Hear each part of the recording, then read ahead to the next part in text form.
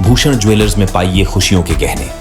नवरात्र के दौरान पहाड़ों की रानी शिमला को पर्यटकों की भीड़ की उम्मीद थी, क्योंकि हर वर्ष नवरात्र के दौरान दुर्गा पूजा के लिए बड़ी संख्या में बंगाल और गुजरात से सैलानी शिमला पहुंचते थे। इसके लिए 1 माह पहले ही बुकिंग शुरू हो जाती थी, लेकिन ऐसा नहीं हुआ। इस बार नवरात्रों में पर्यटक काफी कम तादाद में शिमला पहुंचे और शिमला में नवरात्रों के दौरान 30% से कम ऑक्यूपेंसी रही, जिससे पर्यटन कारोबार काफी परेशान है। आपदा में पहले ही पर्यटन कारोबार पूरी तरह से प्रभावित हुआ था। हालत अभी भी नहीं सुधरी।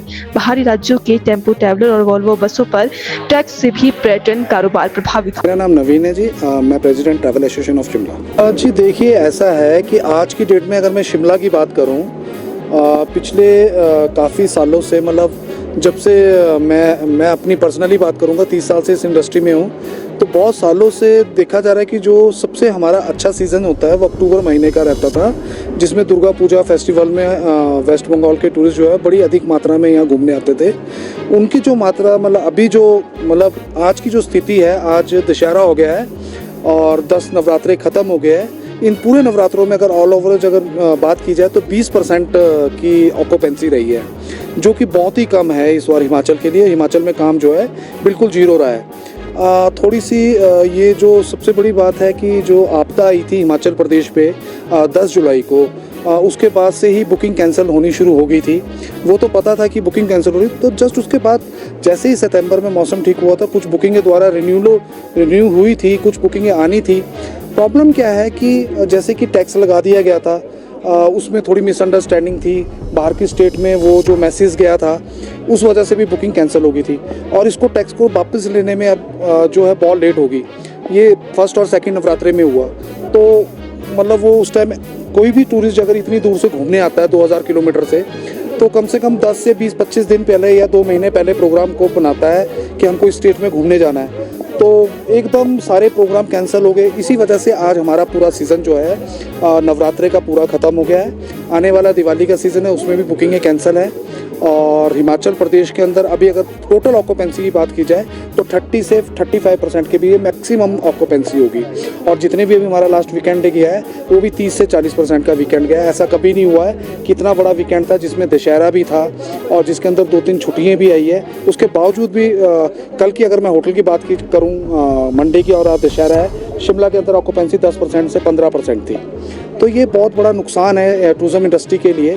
सरकार को सोचना पड़ेगा, क्योंकि देखिए जैसे कि आपदा आई थी, उसके बाद सरकार का थोड़ा फ़र्ज बनता था कि इसको अच्छे से एडवर्टाइजमेंट किया जाए, पूरे देश और दुनिया में बताया जाए कि हमारा हिमाचल बिल्कुल ठीक है। एक सीएम साहब ने एक थोड़ा सा शायद 5 सेकंड का या 20 सेकंड का एक क्लिप दिया था कि अब आप हिमाचल में आ सकते हैं, अब यहाँ कोई प्रॉब्लम नहीं। उससे बात नहीं बनती है। आपको पूरा आज की डेट के अंदर, मैं अगर हिमाचल टूरिज़्म की बात करूँ तो हिमाचल टूरिज़्म के अंदर हर साल करोड़ों रुपए के स्टेशनरी के टेंडर निकलते हैं कि स्टेशनरी छापने के लिए। वो आज तक समझ नहीं आया कि स्टेशनरी किसको मिलती है, ना टूरिस्ट को मिलती है वो स्टेशनरी, ना इनके मार्केटिंग ऑफिस में किसी को दी जाती है, ना आप लोग को, हम लोगों को मिलती है। एक करोड़ों रुपए की स्टेशनरी किस लिए छपाई जाती है? क्योंकि अब विजिटिंग कार्ड और स्टेशनरी का ज़माना तो ख़त्म हो गया है, अब है सोशल मीडिया का ज़माना।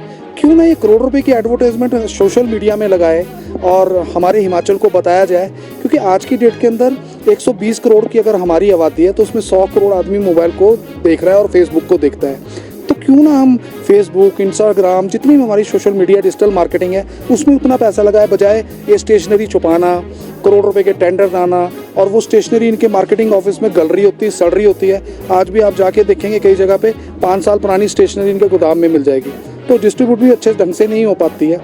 बजाय उसके मार्केटिंग की जाए, उल्टा आपको जितने भी हिमाचल प्रदेश के होटलियर है या ट्रैवल एजेंट्स है या आपके जो भी टैक्सी ऑपरेटर है, जो भी रेस्टोरेंट वाले हैं, उन सबको बैठा करके बात की जाए कि इसको किस तरह से हमारे को आगे लेके जाना है। एक पॉलिसी बनाई जाए, बल्कि इवन होटलियर भी पैसा देने के लिए तैयार है और ट्रैवल एजेंट भी देने के लिए तैयार है। सब मिल करके, अगर सरकार को पैसे की कमी है तो हम सब मिल करके करें, एक प्लेटफॉर्म में आके टूरिज्म अपनी ऐड निकाल ले। हर बंदे को हर टाइम सुबह उठने से लेके शाम तक Himachal tourism, Himachal tourism, Himachal tourism दिखे। क्यों नहीं टूरिस्ट आएंगे? लोगों के दिमाग में अभी भी ये कि पता नहीं हिमाचल में क्या हो गया है, दोबारा से हिमाचल खड़ा हो पाएगा, नहीं खड़ा हो पाएगा। ये सब चीज़ें अभी तक पूरी एक्सप्लेन नहीं, मतलब ढंग से पता नहीं लग रही है टूरिस्टों को।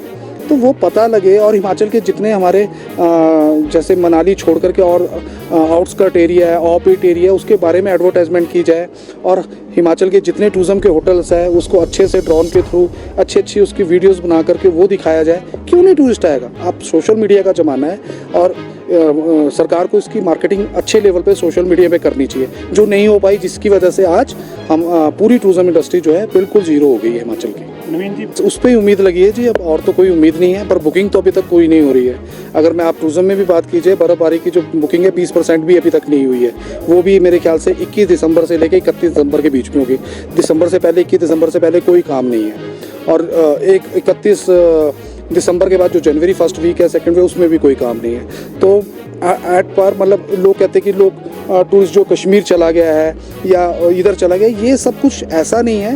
वो इसलिए गया है क्योंकि उन्होंने देखिए साल के अंदर जो वेस्ट बंगाल के टूरिस्ट हो कहीं ना कहीं जाते हैं, उन्होंने हिमाचल का प्रोग्राम बनाया था और अनफॉर्चुनेटली यहाँ पर ऐसी आपदा आई, उसके बाद उन्होंने प्रोग्राम को डाइवर्ट कर दिया कश्मीर के लिए, उत्तराखंड के लिए, राजस्थान के लिए या किसी और जगह के लिए।